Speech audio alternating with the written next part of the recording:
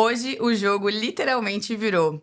O Thiago, que sempre tá nessa posição de entrevistador, será o entrevistado por mim, Jéssica.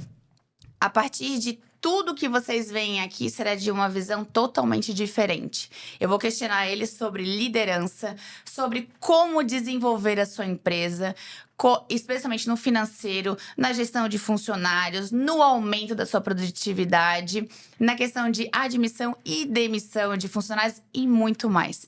Se você se identificou em alguns desses pequenos assuntos, serão muito outros abordados, fique nesse episódio que você vai adorar.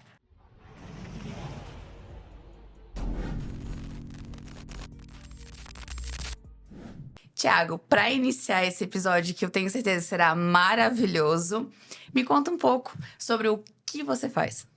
Então, meu trabalho ele é um pouco difícil de explicar, mas para quem já acompanha o podcast há mais tempo, já viu que eu consigo transitar por vários assuntos, desde vendas, a parte de liderança, a parte de gestão financeira, um pouquinho da área jurídica, mas muito de posicionamento de marca. Eu consigo transitar por tudo isso porque eu acredito que essa é a grande essência do meu trabalho. Hoje eu mentoro empresários para trazer essa visão 360 graus de uma empresa. Porque, vamos lá, às vezes você contrata uma empresa de marketing para cuidar do Instagram. Essa empresa de marketing, ela vai te incentivar a fazer o máximo possível. Isso demanda verba, financeiro. Mas ela não está olhando para o financeiro para ver que às vezes aquilo não é compatível. Ou ela não conversa com o time comercial. Então, o meu trabalho ele é muito olhar de cima, ter um olhar 360 graus para a empresa, para ajudar o empresário a dosar as decisões. Dosar elas e também trazer um pouco de ousadia às vezes, sempre com responsabilidade. Mas se eu fosse resumir, eu diria o seguinte: eu sou muito bom em pessoas. Sou muito bom em entender como pessoas funcionam, seja o seu funcionário, para fazer ele engajar mais, vestir a camisa, implantar cultura, como também pessoas, o teu potencial cliente. Como você quer que o seu cliente enxergue a sua marca, como você quer que ele se conecte com ela. A minha especialidade é mais ou menos isso, vamos dizer assim. E ela anda muito de acordo com a necessidade do empresário. Considerando tudo que tu trouxe, e é uma das falas que eu mais ouvi dentro do grupo de empresários que você participa, que você desenvolve, que é a diferença entre um empresário e líder. Me traz isso e o que isso no dia a dia reflete dentro de uma empresa. A diferença entre empresário e líder, daria pra gente dizer que o empresário é aquele que tá trancado dentro do escritório, que olha números e que a equipe não enxerga ele como um exemplo a ser seguido. Como se tornar um líder? Eu acho que é mais fácil responder essa diferença explicando como se tornar um líder. Seja exemplo para os seus funcionários. Viva os valores reais da cultura da sua empresa. Seja congruente na sua fala e principalmente nas suas atitudes. Se você tiver essa postura com os seus funcionários, ou no dia a dia, os seus funcionários também vão ser. Como é que você espera que a cultura da empresa, por exemplo, tenha transparência para com o cliente, se você, empresário, ou nesse caso líder, não tem essa mesma transparência com os seus funcionários? Se você não mostra isso para eles, não tem como eles copiar algo que você não está fazendo. Então, ser líder é muito sobre inspirar. Inspirar pelo exemplo, pela atitude, pela fala. E o empresário que está iniciando uma empresa, por exemplo, ele consegue identificar, tu já deu essas dicas todas, né? Especificando que X condutas representam o líder. Mas como que ele consegue? Ele vai iniciar uma empresa, ele está cheio de instabilidades. Como é que ele consegue impulsionar essa liderança desde o início, sem se perder? Eu acho que o primeiro passo é ter mais... O empresário precisa ter muito claro o que são valores inegociáveis para a empresa dele. E quais são os principais pontos de valor, isso que é legal. Quais são os principais pontos de valor que a tua empresa entrega para o cliente? Por exemplo, o principal ponto de valor de uma empresa de móveis sob medida pode ser a qualidade, ou pode ser velocidade de entrega, cumprimento de prazo, ou pode ser ainda designs diferenciados, materiais exclusivos. Você não precisa ser bom em tudo. Defina aquilo que você vai ser entendido como referência no mercado. A partir disso, você consegue entender quais são os valores fundamentais da sua empresa. Se o meu objetivo é entregar qualidade acima de tudo, eu não posso colocar agilidade como um valor. Entende? Eu sou obrigado a colocar valores que direcionem para qualidade. Aí, a partir dos valores da sua empresa definidos em função do ponto de valor, do que você quer entregar para o cliente, aí, a partir desses valores, você consegue passar a ter essas posturas. E aí você se questiona, poxa, para viver esse primeiro valor, quais são as atitudes que eu tenho que ter? A gente preza, o nosso ponto de valor é qualidade. O nosso cliente me compra porque, independente do prazo, independente se é material exclusivo ou não, ele sabe que vai receber um produto de qualidade. Nesse exemplo, um móvel de qualidade.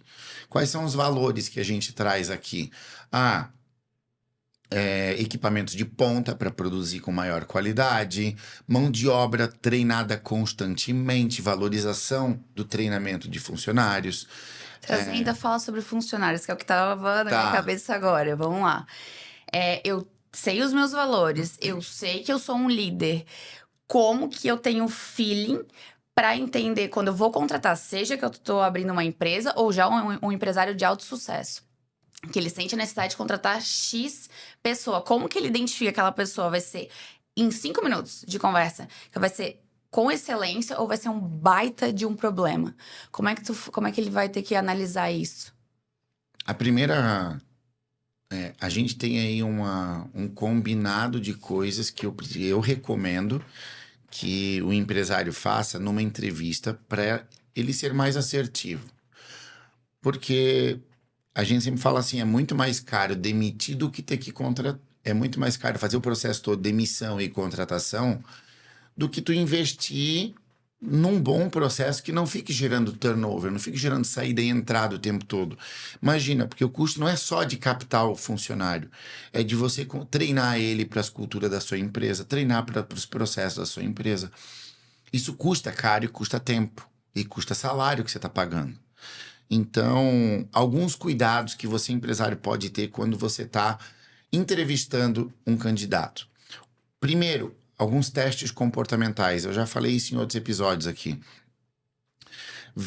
Deixa uma nota de R$50 num cantinho onde esse candidato pode roubar. E deixa roubar. Só você sabe que os R$50 estava lá. Não é sobre provar que roubou. É você não contratar alguém que pegou o que não era dele. Pede para um funcionário passar no chão e deixar um molho de folhas cair. Vê se ele tem a proatividade de ajudar essa pessoa. Olha como ele lida com 15 minutos de espera. Atrasa a entrevista em 15 minutos. Como ele lida com esse atraso. Isso vai falar muito sobre o caráter e a personalidade dessa pessoa. Além disso, na entrevista, trabalhe com perguntas mais abertas. Perguntas que te direcionem a saber se ele vive os valores da empresa, se ele vive na vida dele, pessoal. Para saber se é uma maçã que vai entrar ali, que não é podre, que ela é congruente com esses valores. Então, por exemplo, essa marcenaria. Vamos imaginar outro cenário, uma marcenaria que preza por velocidade. Esse é o ponto, agilidade. A gente entrega no prazo, entrega até antes, a gente é muito comprometido com você, cliente, na questão da pontualidade. Chega e pergunta para ele, quem é que busca teus filhos nas escolas? É você? Você pode perguntar para ele, no geral, você consegue chegar no horário para pegar o teu filho? Como você se compromete com as demandas da tua vida no dia a dia? E aí você já começa a pegar algumas características dessa pessoa, ou ainda perguntas abertas, né? Me fala um pouco mais sobre como é a tua família, me fala um pouco mais sobre tua última experiência no trabalho e deixa o funcionário trazer.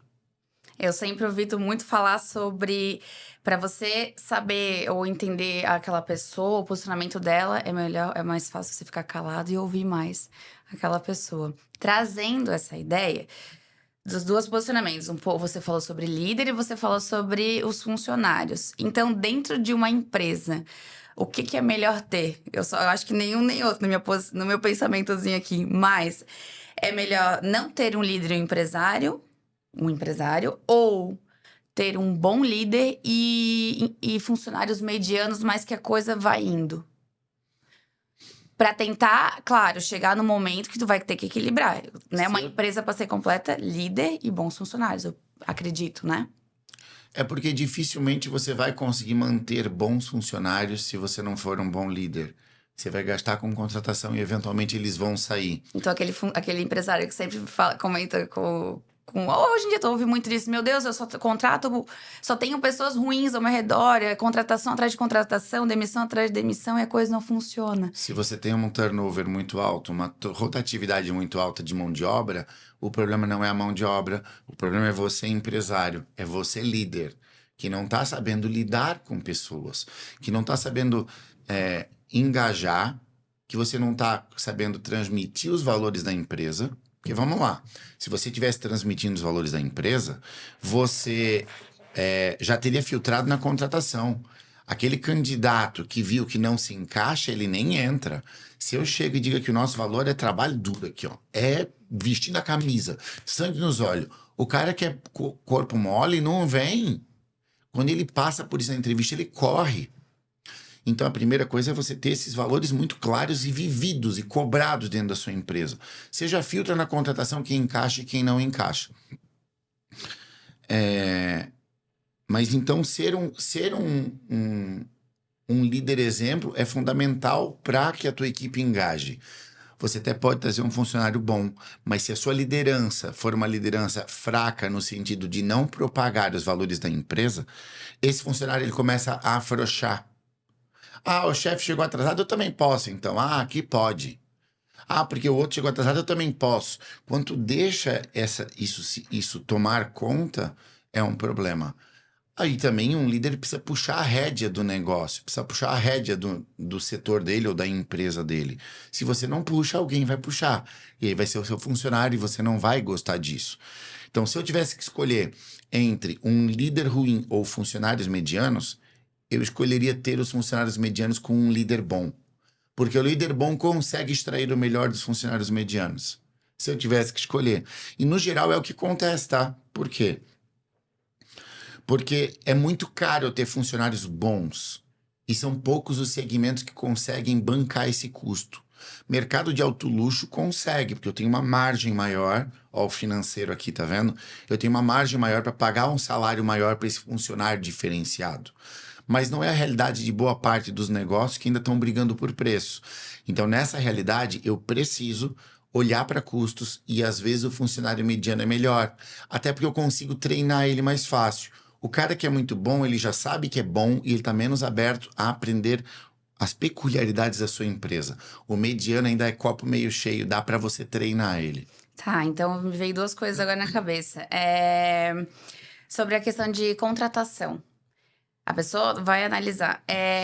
Geralmente, o que acontece é muita indicação, né? Então, um amigo indicou falando que esse é um ótimo funcionário. E muitos só pegam e contratam diretamente. E outros analisam o perfil. E aí, como é que equilibra essa balança aí? É desafiador. Especialmente porque um amigo indicou. E aí? Não, eu nem vejo. Tranquilo isso? Eu nem vejo essa questão do desafio do amigo ai, que vergonha, eu vou negar uma indicação que um amigo me fez. Eu nem enxergo tanto isso nos clientes que eu atendo. Eu acho que o maior desafio ali é não se deixar levar pelo impulso. Pelo impulso da necessidade de contratar, porque está faltando mão de obra, principalmente aqui no litoral de Santa Catarina, a gente passa por uma escassez de mão de obra muito forte. Então, na necessidade de ter mão de obra para entregar o meu produto ou serviço, a gente acaba baixando um pouco o filtro e acaba aceitando o que vem. E isso não é bom. Porque eu tô construindo uma empresa que ela, de início, tem volume de produção, mas ela é muito frágil em valores, em Uma cultura. bomba relógio. É uma bomba relógio. Então, assim, eu entendo que em determinados cenários você vai ter que fazer esse movimento. Mas você já tem que ter em mente que eu estou contratando para um período pontual. Aqui no litoral é muito comum veraneio, né? Então eu sei, um restaurante, ele precisa de mais garçons no verão. Eu sei que eu vou contratar a rodo, porque eu preciso, eu tenho demanda, mas eu sei que essa galera que eu contratei não vai ficar no ano que vem, a menos que se destaque muito. Então é uma mão de obra que eu tenho data para entrar e data para sair. Aí, ok, mais tranquilo. Agora, como você resolve isso tudo? Deixe sempre o processo de seleção aberto. Ah, Thiago, mas eu não estou precisando de mão de obra agora. Deixa o processo de seleção aberto. Porque pode que venha um funcionário muito bom. Quando você não está precisando contratar, você é quem manda no jogo. O candidato vem, mas você não está precisando. Então ele tem que provar que ele é muito bom para entrar. E eu tenho certeza que se vier um funcionário muito bom, um candidato muito bom, você contrata. Agora, se você deixou chegar no outro extremo, que você está desesperado precisando de funcionário, aí você vai aceitar o que vier. Porque você não tem mais o luxo de poder filtrar. Tá, e dentro dessa contratação do bom funcionário, geralmente os empresários, geralmente não, a pessoa sabe que ela é uma ótima funcionária e dá o seu preço. Ah, eu quero tanto. Ótimo, o empresário vai lá e contrata por aquele tanto. Mas, dependendo geralmente acontece isso, igual tu comentou um pouquinho antes, de que o funcionário ele acaba ficando estagnado quando ele acha que é muito bom, que tá tudo certo, eu entrego, então tá ok. Ele nunca dá aquele plus a mais que geralmente é o que se espera de um funcionário. Para estimular esse funcionário, porque ele é bom, você indica, né, aconselha aumentar o salário ou fazer outras formas de direcionamento para esse funcionário? Eu acho que o primeiro passo é Porque o você. que me vem, desculpa, é o que me vem é o financeiro também, né? Eu acho que o primeiro passo é entender por que um bom funcionário parou de ser produtivo. Porque se ele parou de ser produtivo, ele perdeu o engajamento, ele não está mais vestindo a camisa. Não é falta de habilidade técnica de fazer aquela função. Ele simplesmente não se vê mais motivado a fazer. Em alguns casos, realmente o salário vai pegar. Mas se você está me dizendo que você já paga acima da média de mercado para esse funcionário, salário pode ser um motivo que ele vai te falar, mas é uma mera desculpa. Você precisa entender o que está faltando para ele. E aí, normalmente, esse funcionário, a gente, quando olha para a pirâmide das necessidades de Maslow, que fala que o ser humano, primeiro, ele quer suprir as necessidades básicas. Ele precisa garantir que ele tem um teto sobre a cabeça dele, ele tem um local de proteção, que é o lar dele, ele tem comida, ele tem abrigo, é instinto de sobrevivência. Depois que ele alcança tudo isso, ele começa a aspirar coisas maiores. Segurança, conforto, e daí por diante. Até a autorrealização pessoal, que é o máximo. Nessa ótica, um funcionário que já ganha um salário razoável, dificilmente ele está na base da pirâmide. Ele já está querendo coisas mais aspiracionais. Então, às vezes, trazer ferramentas para dentro da tua empresa que gerem essa percepção de que ele está gerando um bem além, um bem para o mundo além do que só o ganho financeiro que ele tem. Ou mostrar para ele que ele está crescendo, que ele está evoluindo, que ele está aprendendo, também conta muito. Eu uma vez vi uma construtora aqui da região que ela tinha um programa de treinamento para funcionário. Você é funcionário, por exemplo, assim, você é servente, tá? E você quer subir de cargo. A empresa te disponibiliza os cursos de formação. Então, tu vê que é uma empresa que deixa a porta aberta. Para aquela pessoa que já quer dar um passo além, consegue. Então, avalia o porquê que esse funcionário parou de engajar. Ou é falha na sua liderança, ou a sua empresa não está sabendo entregar para ele essas necessidades. Tem mais um motivo de por que um funcionário não engaja ou parou de engajar. Ele pode estar na função errada. E isso fala de perfil comportamental, perfil DISC. Você pegar, por exemplo, um perfil dominante ou um perfil influente, botar sentado na frente de um computador o dia inteiro sozinho para trabalhar, submetido a outras lideranças, não vai funcionar. Ele no começo vai render bem, mas ele logo desmotiva, ele perde energia. O oposto também é verdade, tentar pegar um perfil conforme ou estável e levar ele para uma rotina mais dinâmica, que sai para a rua, que conversa com gente, que faz negociações, não é um perfil que vai performar bem. Então também cabe olhar para perfil. Tá, então trazendo agora, temos uma empresa com líder e bons funcionários, mas no decorrer acaba que os vendedores, eles não estão conseguindo desenrolar bem ali o produto. Isso é porque ele não é bom de venda ou é por alguma questão de rejeição ali? Ah, também a gente tem que avaliar com cuidado. Por quê?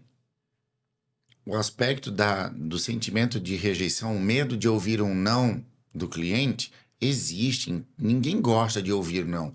Ninguém gosta de ser rejeitado, de ser negado, né?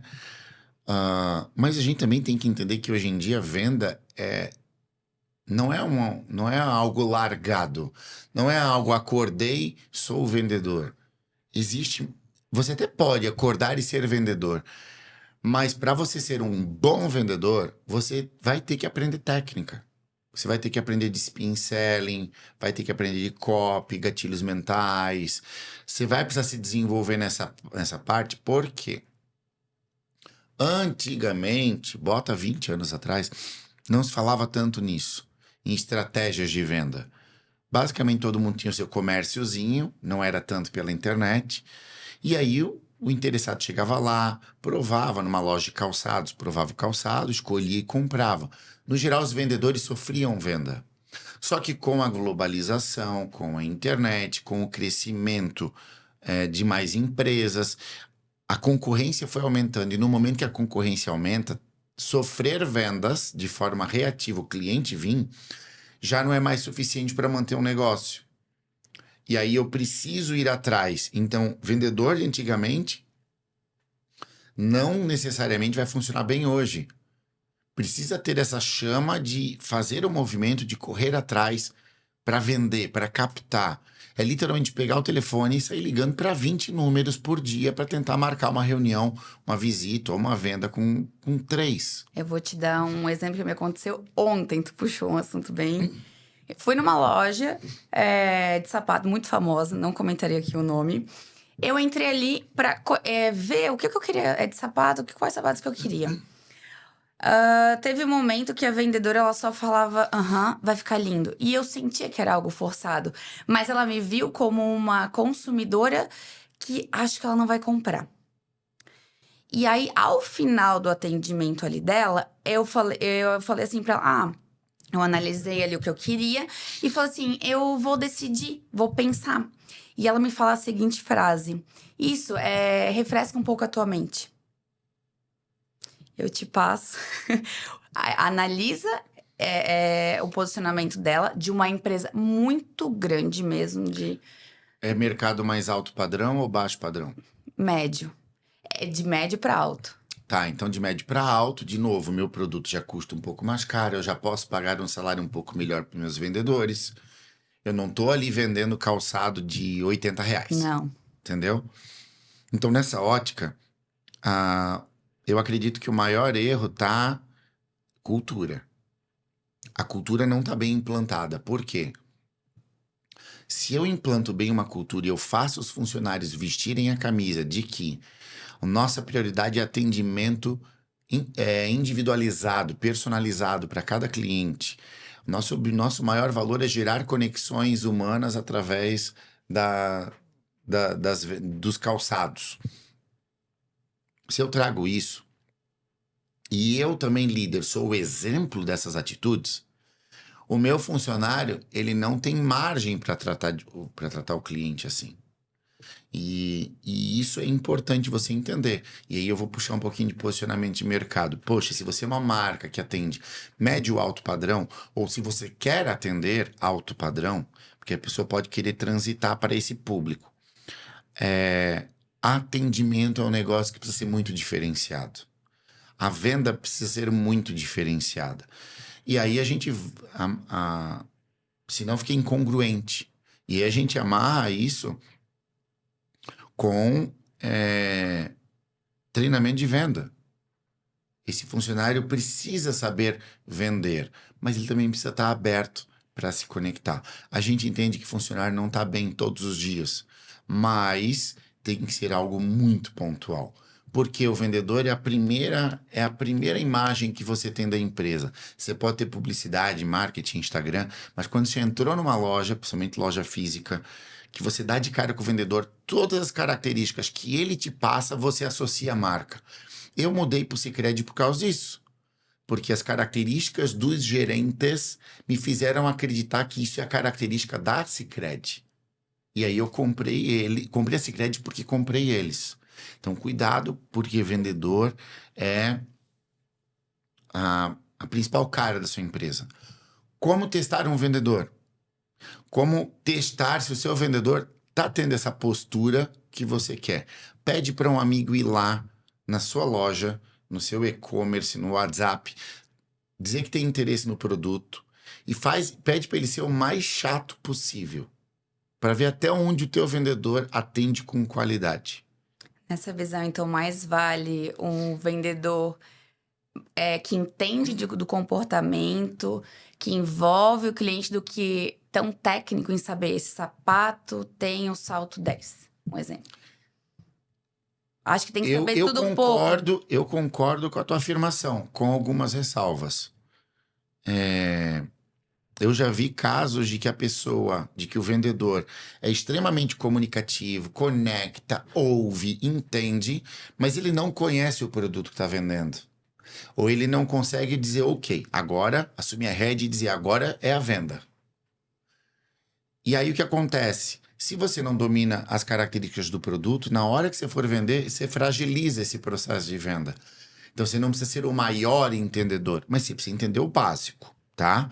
Mas se dissesse assim, entende o básico dos dois, qual característica você quer que se destaque? Eu acho que a proatividade de fazer o movimento de se conectar, eu acho que é o mais importante.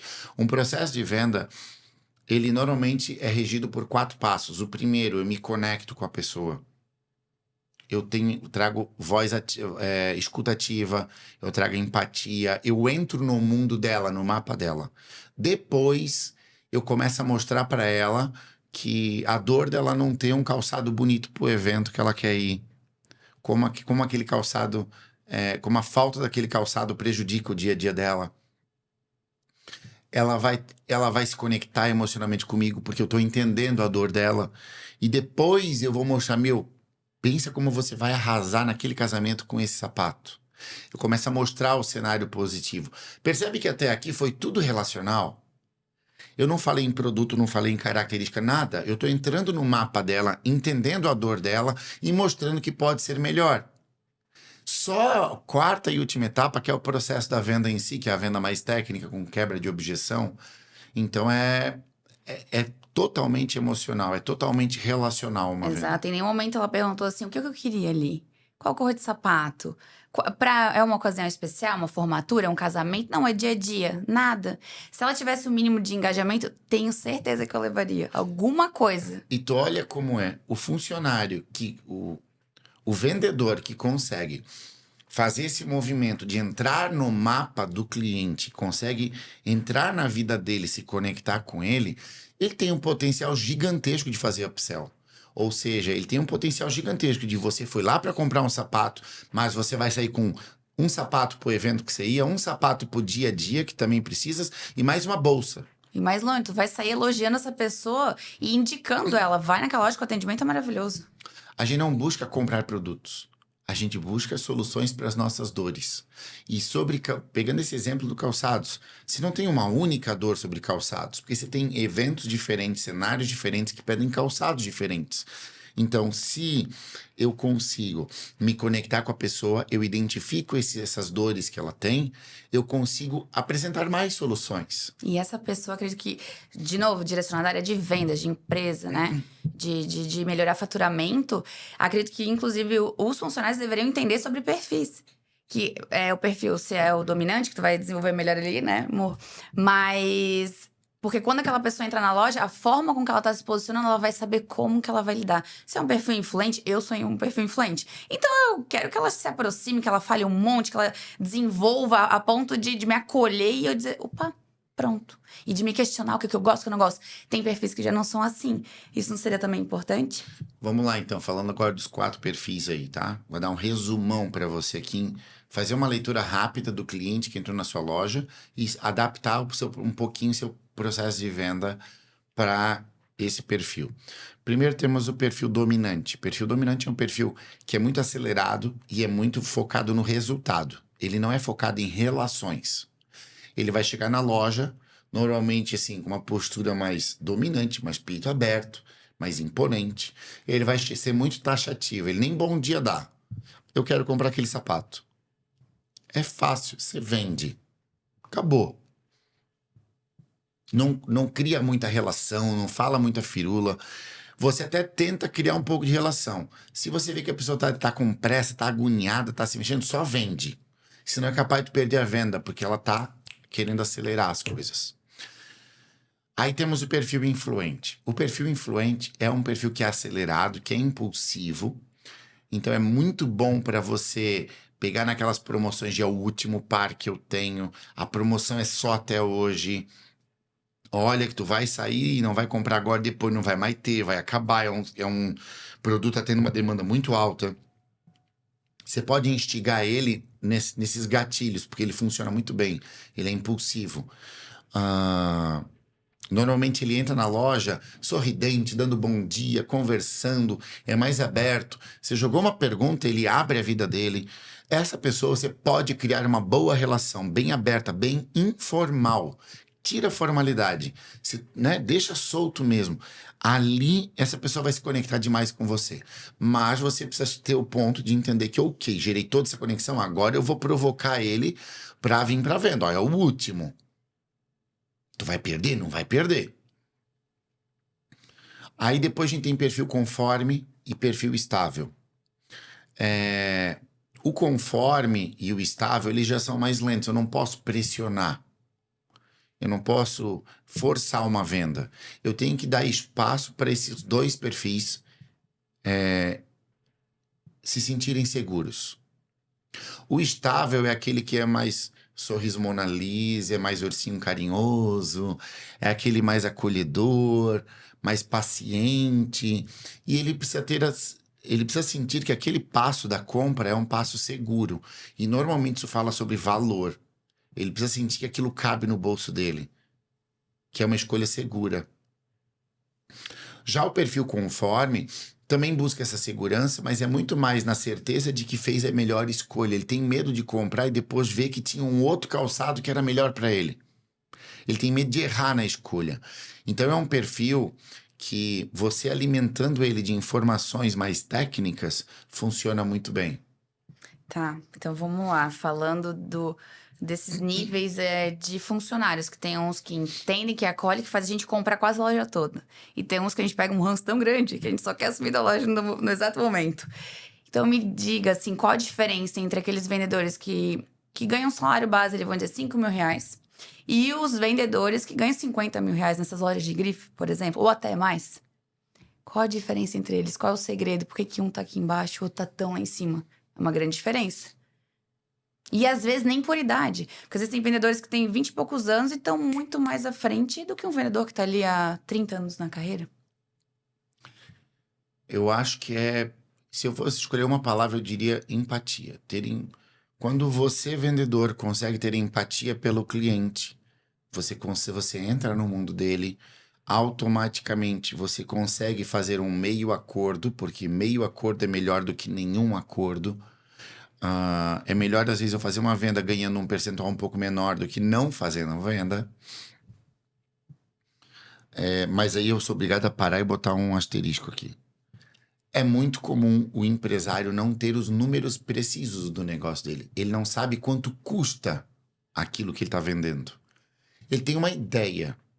Antigamente era muito comum as indústrias fazerem assim: o preço da matéria-prima vezes 3. Esse é o produto que eu vendo. Só que essa coisa foi mudando, a matéria-prima foi ficando mais barata, a mão de obra foi ficando mais cara, essa regra não funciona. Você precisa ter muita clareza de quanto custa o seu produto, realmente, não só o valor da matéria-prima, para você saber até onde você pode ir com desconto numa negociação. E você tem que entrar nessa negociação sabendo qual é o seu limite. O teu vendedor precisa saber qual é a margem que ele tem para trabalhar. Eu vou puxar um gancho aí. Então, porque o empresário, geralmente os empresários pequenos, eles concorrem por preço, ao invés de valorizar o produto. Qual o meio termo ali? Sou eu, Jéssica, chego numa loja, enfim, numa empresa, quero contratar aquele serviço ou comprar aquele produto, mas ele é num valor X. E eu fico ali em cima pedindo desconto, tal. Como é que a empresa ela não perde essa credibilidade em dizer assim, isso aqui é meu produto, ele vale tanto? É um equilíbrio ali, né? Entre eu não ganhar ou vender por menos. Como é que funciona isso aí? Vamos criar um exemplo hipotético aqui. Você foi nessa loja de calçados e nessa loja aqui, você chegou a falar assim, olha, eu compro, mas eu quero 30% de desconto? Você pediu 30% de desconto? Você pediu desconto a mais nessa loja ou não? Nessa que eu fui ali? Nessa de mais alto padrão. Não, Por que você não pediu? porque eu já sei qual a qualidade do produto. Porque a marca, não necessariamente qualidade de produto, mas a marca já te fez entender que ela vale aquele valor. A fama O cliente dela. pede desconto quando ele não enxergou que vale aquele valor. Eu não estou falando do pedido de desconto simples, tá? 10%. Raso. Porque todo mundo diz, né? 10%. Eu tenho esse hábito. Ah, tô fechando contigo. Eu pergunto, tem descontinho? Igualzinho. Tá tudo certo. Se você tem, você dá, fideliza. Mas se você disser que não tem, ele vai comprar igual. Não é isso que eu tô falando. Tô falando, ele insiste no desconto. Quando o cliente insiste no desconto, é porque ele não enxergou o valor no teu produto, no teu serviço, na tua marca. E esse valor não precisa ser só sobre a quantidade de coisa que ele recebe. Às vezes é um ganho subjetivo. A Apple, por exemplo. Você não chora desconto numa loja da Apple para comprar um iPhone, mas você vai lá e compra. Mesmo ele custando muito mais caro do que outros telefones semelhantes. Por que você aceita isso? Porque você está comprando características emocionais da marca. Você quer se sentir pertencente. Você quer trazer as características da marca para você. E nosso subconsciente entende isso como um ganho. Lembrem sempre que eu não estou comprando um produto. Eu estou comprando uma solução para uma dor que eu tenho. E nem sempre essa dor se soluciona só com um produto físico. Às vezes é uma característica. Pô, eu vou me sentir melhor se as pessoas do meu segmento me virem com um iPhone. Eu vou me sentir um pouco melhor se eu tiver com a unha muito bem feita. Com a unha em gel. Ou com... maquiagem. Roupa, tudo. É Né? lógico que tem diferenças de qualidade. Vamos pegar maquiagem numa marca simples para uma MAC. Faz diferença. Faz diferença, mas tu concorda que o valor que é cobrado é muito mais alto? Sim. Não justificaria só pela diferença de qualidade, mas é porque aquela qualidade a mais é trabalhado na marca, que é status, é luxo, e que você vai ser vista com mais valor, com uma estética melhor. É vendido isso. Vem elogios a partir daquela. Nossa, tua pele ficou maravilhosa, tá viçosa. Que produto usou? X. Ou seja, o mais caro. Você tem orgulho de falar que tá usando uma máquina. Uhum. É mais ou menos essa ideia. Então, é entender que é muito mais do que só o produto. Lógico, existe o termo que a gente chama que é market fit. No market fit, toda a comunicação precisa ser alinhada. Por exemplo, eu não posso esperar que a MAC me entregue uma maquiagem dela num saquinho de papelão daqueles de padaria. É incongruente, não é o que você espera dessa marca. Então, você precisa ter esse alinhamento de entrega. Então, o produto precisa ter a qualidade congruente com o valor que você está cobrando. Mas entenda que ele não vai te custar, em custo de operação, ele não vai te custar nem perto do que você está pagando. O cliente está pagando muito pela qualidade percebida. A experiência. Isso é legal por quê? Porque, vamos lá, Tiago, eu tenho uma empresa mediana que atende classe baixa ou ou a minha empresa briga por preço. Como eu faço para migrar para o público de alto padrão? Primeiro, você precisa embutir ganhos emocionais. Ganhos de a pessoa se sentir que ela agrega algo emocionalmente, ou um luxo, ou reconhecimento, ou pertencimento a um grupo, ou acolhimento. Quando você agrega esses custos, esse valor emocional, que normalmente não é tão caro fazer, é um atendimento diferente, é um sorriso no rosto. Quando você começa a entregar essas características, você já consegue subir o seu preço. Então, olha só, o que sobe o preço não é o valor do salário que eu pago para o funcionário. O que sobe o preço é os ganhos subjetivos que o cliente vê. Então, quando eu entrego isso, eu posso subir o preço. Eu subindo o preço, eu tenho mais margem para contratar uma mão de obra melhor, para comprar uma matéria-prima melhor. E eu acho Você melhora o seu produto e sua mão de obra conforme você cobra mais. E você cobra mais conforme você melhora a percepção do cliente sobre os ganhos que ele tem com aquele produto. é a entrega do empresário ali dentro. E aí é um erro que muitos empresários cometem. Eles investem muito em maquinário, muito em mão de obra, mas não investem nessa percepção que o cliente tem. E aí o que acontece? Não vende, quebra. A percepção é desde que tu entra na loja. É o cheiro que ela tá, é a limpeza que ela tá, a forma como o funcionário tá vestido, se ele tá com a cara só lavada, se tá com alguma maquiagem. Enfim, eu acho que isso tudo influencia, né? Uhum. Tá, agora trazendo pro campo, toda essa situação no campo organizacional. A cultura organizacional de uma empresa, ela deve ou pode, enfim, tu que vai me responder, ser implantada desde o micro, pequeno e o grande empresário ou não? Essa pergunta é muito boa, tá? Vamos entender a realidade de um empresário e como cultura organizacional entra nessa realidade. Normalmente, quem empreende, ele começou como CLT em outra empresa, saiu, virou autônomo, foi crescendo, aí contratou um funcionáriozinho, contratou outro, abriu CNPJ, regularizou, virou MEI, depois virou simples. No geral, a gente está falando de um processo onde a identidade da empresa era o próprio empresário. Só que ele nem para entender e transmitir para o papel, ou ele nem para externalizar os valores dele de forma clara. Então, quanto é o eu presa, ele sozinho, ótimo, porque ele vive aqueles valores, é dele. Mas quando ele começa a contratar um funcionário, dois, no começo o primeiro funcionário de boa tá do lado dele, é muito contagiado por ele. O problema é quando começa a ter 2, 3, 4, aí tu começa a ter cargos intermediários, aí o operacional já não se relaciona mais direto com o dono para receber essa influência, e aí a gente começa a ter os conflitos. Então é lógico que no mundo ideal, eu deveria pensar em cultura no primeiro dia que eu abro a minha empresa. Cultura, além de valores inegociáveis. E também digo mais, definir o que nós não toleramos. Não toleramos na nossa empresa desrespeito, atraso, quebra de palavra, não ter transparência, não toleramos. Você escolhe também o que não é tolerável. O mundo ideal seria eu definir tudo isso antes. Porque aí todo mundo que entra já vem sendo implantado nessa cultura. Só que no mundo ideal é fácil. No mundo real, onde o empresário está sendo engolido pelo furacão da correria, ele não consegue fazer isso. Então eu diria o seguinte: quando você tiver com dois funcionários, já é a hora de você começar a fazer esse movimento. Porque você já tem um giro, você já tem um faturamento que te permite olhar para isso. E com 2 funcionários, você dificilmente chegou na questão de ter hierarquias. Ainda tá todo mundo sob o teu chapéu ali, né? Sob o teu guarda-chuva. Então você consegue implantar essa cultura mais fácil. Porque estão até hoje ali contigo, eles já vivem, só não tá claro. Entende? Se tu deixa passar disso, já complica. Tá, e o funcionário, ele errou pela primeira vez. Como é que ele vai tolerar a ponto de eu venho, chamo e converso com aquele funcionário ou não? Isso aqui é inadmissível, é demissão na certa.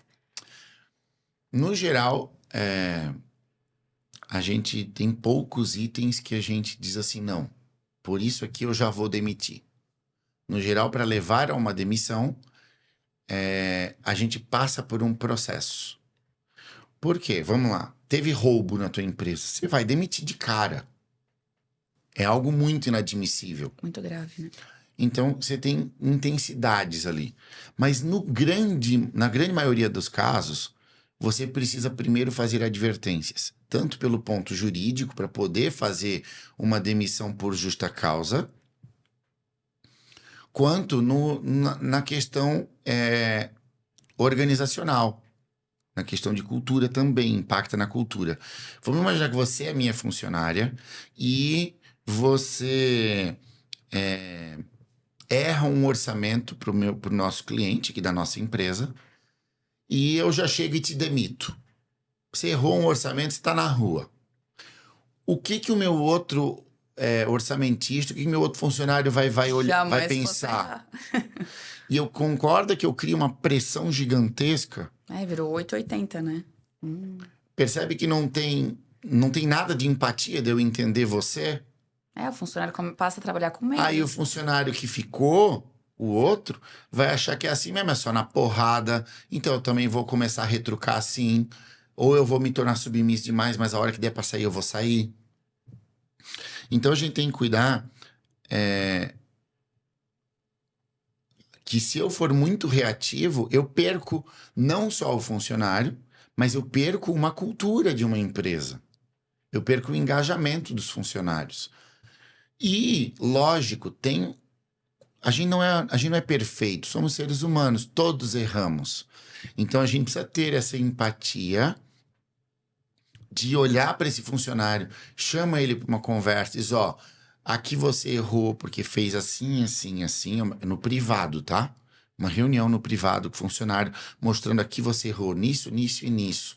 Me fala o teu ponto de vista para eu entender o que te levou a cometer esse erro. Eu tô ouvindo a pessoa, tô trazendo empatia. Então, eu falo para ela onde ela errou, eu dou espaço para ela se manifestar e ao final eu digo, vamos estabelecer um compromisso textual mesmo, onde você se compromete a se policiar para não cometer mais esse erro, para buscar aquela informação que faltou antes de mandar o orçamento.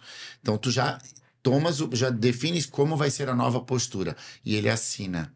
Ele assinar gera um comprometimento. Aí, lógico, repetiu 1, 2 vezes, aí você demite. E aí, com justa causa. E aí, a equipe inteira vai olhar e vai dizer, pô, o chefe foi empático, ele ouviu, ele deu oportunidade, ele explicou o caminho, mas foi o funcionário que não. Nessa ideia dos funcionários, de organização dos funcionários, o que eles devem ou não fazer, o que é o ideal para o empresário? Reuniões semanais, reuniões diárias, reuniões mensais? Ou depende do nicho daquela empresa? Daí você está falando de reuniões de cultura. Não reunião de chamar atenção. Reunião de chamar atenção, ela é pontual. Teve o erro, eu chamo, corrijo. Jamais chamar uma reunião em grupo para dizer, olha, ele errou. Não, nunca. Nunca. Nunca, tá. Até porque isso pode dar processo, né? Como é aquele negócio que quando eu invado a pessoa, que eu... pode gerar um dano moral. Dano moral, isso. Dano moral. Então, como eu faço reuniões de implantação de cultura dentro de uma empresa? O ideal é que você tenha pelo menos uma vez por semana, uma vez a cada 15 dias no máximo, uma reunião de 15 minutos para fortalecer cultura. É meio que para chover no molhado. Você vai sentir que você está falando de novo a 10ª vez a mesma coisa. Ou com um exemplo, ou com uma reportagem de uma revista, ou compartilhando um cenário que aconteceu naquela semana. Só para reforçar para ele, gente, a gente valoriza muito transparência. E essa semana o João teve uma postura muito legal com transparência com o cliente. Conta pra gente o que aconteceu, João. Eu tô mostrando para a equipe que eu realmente prezo os valores que eu digo que estão lá na parede. Entende? Além disso, é importante também ter reuniões de alinhamento. E aí você vai ter que ter uma reunião com cada setor. Não necessariamente focado em cultura, mas focado em alinhamento de meta. Infelizmente, é muito comum o funcionário não saber o que é esperado dele. Não ser dado uma meta, um objetivo, ou o que ele precisa se desenvolver. Então, o funcionário, trazendo esse link, ele espera uma liberdade ali na atuação dele, ou ele prefere que ele seja conduzido? Você faz isso, agora você cumpriu, agora você vai pra cá. Varia de perfil para perfil, mas no geral, todo mundo gosta de saber aonde está pisando.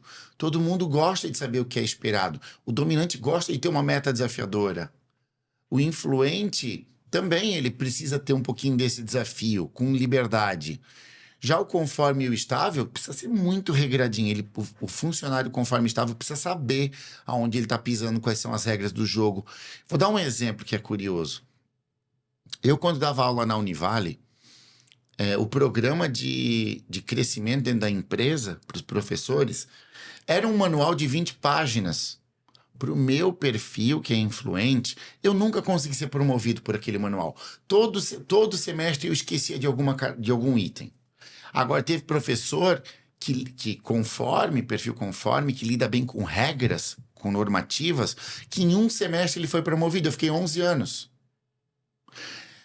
E aí eu digo o seguinte, será que não faltava um olhar um pouco mais empático?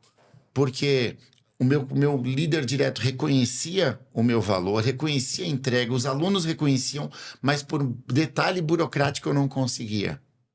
Então, é importante a empresa ter esse olhar mais flexível para cada perfil de funcionário, mas sempre entendendo que existe uma cultura maior por trás que precisa ser vivida e respeitada. Mesmo tendo essa cultura devidamente implantada, tem alguns líderes que talvez tenham uma dificuldade em dizer não para o funcionário. E aí, o que pode gerar disso tudo, nessa questão? O dizer não, eu sempre gosto de dar uma dica. Primeiro pergunte, vamos supor, o funcionário veio te pedir para antecipar salário, fazer o vale. Ou as saidinhas Ou a saidinha mais frequentes. cedo. A primeira coisa, joga uma pergunta, por quê? Por que isso é importante para você? Porque vai mostrar para o funcionário que você se importa com ele, que você está ouvindo ele, que você tem empatia por ele. Depois que você ouviu, se a tua resposta precisa ser não, você vai fazer ele entender a tua realidade. Você vai fazer ele entrar no teu mundo. Não é só dizer não e ponto. É explicar, dizer, olha, hoje eu não consigo te liberar mais cedo, porque a gente tem uma entrega que precisa ser feita até final do dia. Isso precisa estar pronto. E pela equipe que a gente tem, a gente precisa de você aqui. Em um outro cenário, é outro cenário. Mas hoje, pontualmente, eu não consigo te liberar mais cedo. Tá? Porque você sabe o quanto a nossa empresa preza por pontualidade, como é importante a percepção que o cliente tenha da gente para a gente continuar vendendo e pagando teu salário, que você ganha acima da média, por exemplo. Então a gente precisa contar com você aqui hoje. Mas amanhã eu consigo deixar você chegar um pouquinho mais tarde, pode ser? Olha só, eu não dei o que ele queria, mas eu dei um meio termo, que para a empresa ficou bom e para ele ficou bom. Você precisa sair para ir tirar a carteira de motorista. Tá, hoje não dá, mas semana que vem eu consigo te liberar 1 hora. Agenda para aquele dia. Dentro dessa cultura, veio uma pergunta muito boa e que aconteceu em um outro trabalho que eu estava, de fazer a amizade. Eu sou influente, amizade com muita facilidade com pessoas que estavam abaixo de mim. Como que é ok fazer amizade, ou só uma amizade dentro do trabalho, ou posso estender ela para fora do expediente? Não é geral você está... No geral, não é bom você criar amizades dentro do ambiente de trabalho. Existem exceções à regra. Mas o problema é que existe um risco muito grande dessa amizade interferir nas decisões. Ou do funcionário, de achar, o chefe é meu amigo, tá tudo certo. O chefe, eu sou aqui brother do chefe, então tá tudo resolvido aqui. Ele vai passar a mão na minha cabeça, vamos dizer assim. A gente vai dar um jeitinho. Ou também o oposto. O chefe assumir uma postura informal demais e às vezes até potencialmente assediando o funcionário pela forma como fala com ele, por adotar uma informalidade muito grande. Então, eu digo o seguinte, não deve ser nem muito informal, mas também não deve se tornar muito amigo. Eu acho que o meio termo é muito importante. Tanto que o desafio para líderes que são mais relacionais é frear um pouco isso e focar no objetivo. E os líderes que são muito focados em objetivo, meta e resultado, têm o desafio de se tornar um pouquinho mais palatáveis, um pouquinho mais relacionais. Então, eu diria que nesse caso é muito importante o equilíbrio. Começa a dosar, faz uma brincadeirinha hoje, volta para cobrar. Então, vai dosando. Sabe aquele morde e assopra? Precisa ser assim. Nosso tempo tá quase terminando, infelizmente. Teria muito, muito mais questionamentos aqui fazer, mas para finalizar. Se você pudesse dar um superpoder para um empresário, seja o iniciante, intermediário ou aquele de sucesso já, que tá faturando milhões, qual superpoder você daria a ele? Antes de responder isso, vou vender o meu peixe. Né? Nunca vendi meu peixe aqui no Estava podcast. ansiosa por esse momento. Eu vou deixar, a gente vai deixar aqui na descrição do vídeo. Aliás, se você não curtiu ainda, curte. Se você não compartilha com seus amigos empresários. Deixa o seu comentário aqui no vídeo que eu vou ali responder. Inclusive, se vocês querem essa disposição aqui no podcast, por favor, me chamem. Avisa que a gente marca mais um. Eu espero que vocês estejam verdadeiros e comentem muito ali embaixo. Então, se você quiser conhecer um pouco mais do meu trabalho e como eu posso ajudar você, líder e empresário, a se desenvolver sua empresa, desenvolver o seu setor de uma forma sistêmica, de uma forma equilibrada, para que dê certo e não olhando só para um pilar, mas principalmente se você quiser se tornar muito bom em pessoas. Eu sempre digo para meus clientes assim, cuidado com o que eu estou te capacitando, porque você pode usar isso para o mal e não é para ser assim. Eu consigo te tornar excepcional em pessoas, seja com os teus funcionários, com os teus liderados ou com os teus clientes, posicionamento de mercado. Então tem a minha rede social aqui, o meu contato aqui embaixo, você pode me chamar e pergunta lá, Thiago, eu tenho uma empresa assim, estou passando por essa dificuldade, você tem como me ajudar? E eu vou responder para você se cabe ou não, tá? No geral cabe, por quê? Porque a gente empresário não tem o hábito de reconhecer que a falha é nossa. E acredite, você que está acompanhando a gente até aqui, boa parte do insucesso que você vem tendo é por falha sua. Você não está conseguindo propagar aquilo de forma correta. Funcionário é um mero replicador. E se você disser que a culpa é do funcionário, quem é que contratou ele? Quem é que trouxe ele para dentro da tua empresa? E assim, a tua empresa precisa ser uma engrenagem que gire muito, muito alinhadinha. Por quê? Senão ela fecha e o teu funcionário também fica sem emprego. Todo mundo perde com isso. Então, eu posso ajudar você a se desenvolver para se tornar muito bom em pessoas e extrair o melhor delas, seja no funcionário ou numa venda. É a mesma visão de que uma psicóloga. Todo mundo precisa de um psicólogo para gerir a questão emocional.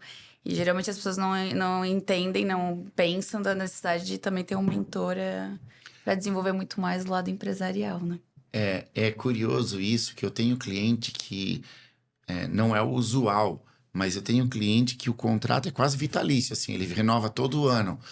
E eu perguntei para ele uma vez, eu sou muito transparente, eu disse, olha, eu não vejo mais que faça sentido você renovar comigo. Eu falei, porque já está feito boa parte do trabalho, né? Dá uma folga de um ano.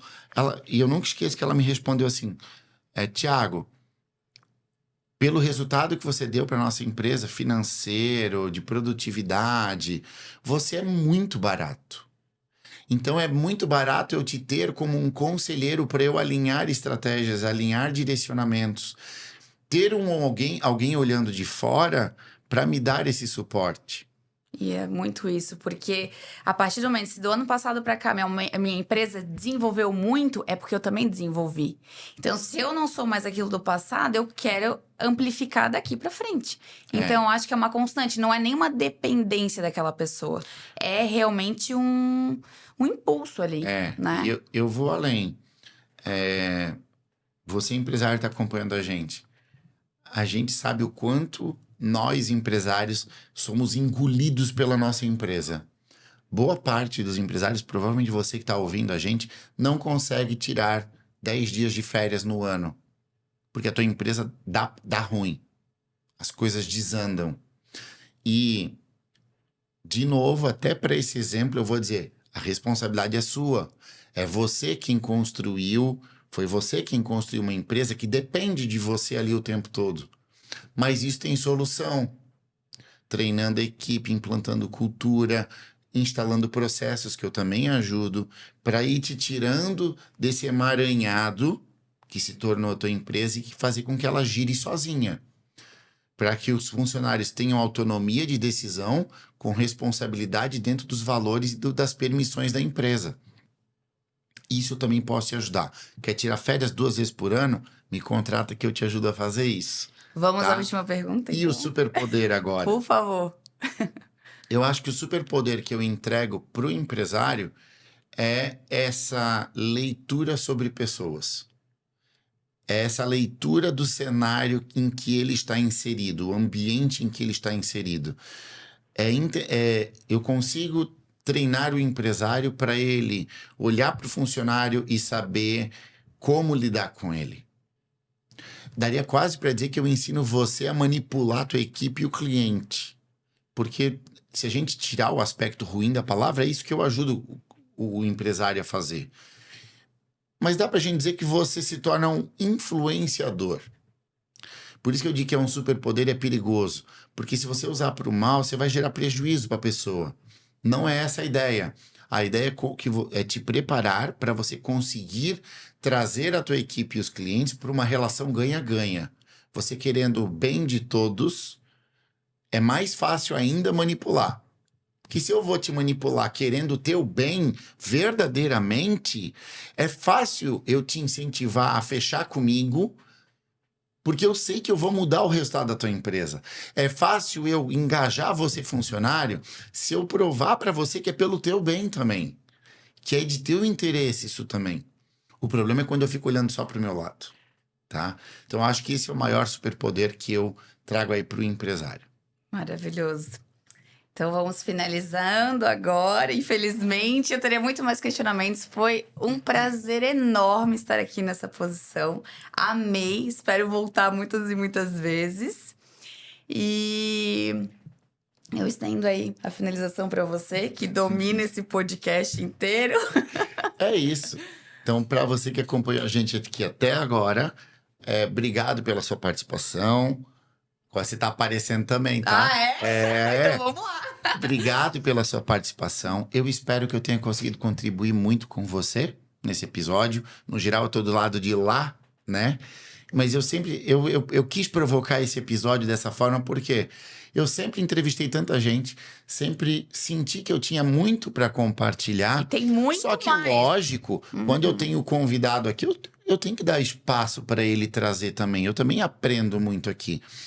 Mas eu sentia que eu queria poder dizer, não, vou entregar o ouro que eu tenho, o melhor que eu tenho aqui para vocês que acompanham a gente.